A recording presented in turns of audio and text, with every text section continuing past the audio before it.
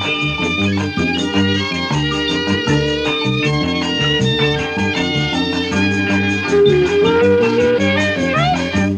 រស្វាយជ្រុំជំរុំបុព្វា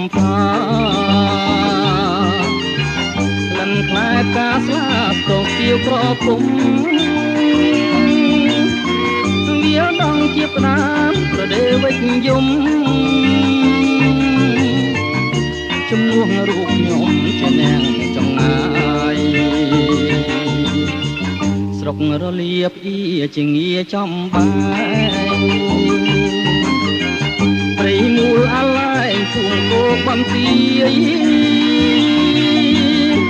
ព្រះទ្វារទ័ពស្រូវជាស្រុកខាងម្ដាយភូមិអណ្ដូងស្ងាយបាយប៉ុនចងដៃខែរះបាំងភ្នំត្រនំក្រាំងលាវភូមិគ្រួងជើងគ្រាវព្រះប៉ាលេឡៃជ្រៃបាំងស្វាយតងបងសូមតោងស្បៃកូនកុំដោះដៃបំភ្លេញរូបបង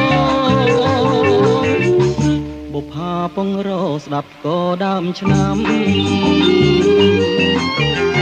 ទៀងបងផ្ដែផ្ដាំជាគោចងវងបាបកាបាំងស្លឹករៀមកាច់ទាំងតង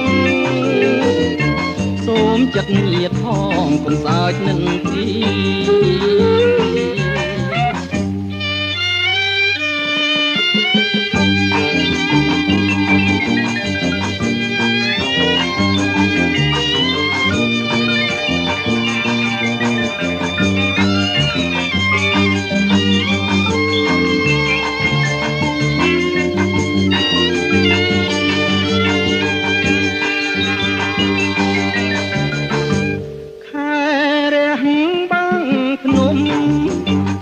ក្រាំងលាវពុំគ្រួងជើងគ្រាវព្រះប៉ាលេឡៃ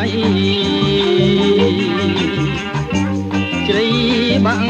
ស្វាយតងបងសូមតោងស្បៃកូនកុំដោះដៃមកភ្លេញរូបបងបុប្ផាពងរស្ដាប់ក៏ដើមឆ្នាំទៀងបងផ្ដែផ្ដាំជាគោចងវស្លឹករៀមកាច់ទាំងតងសូមចិត្តញាតផងកុំសើចនឹងទី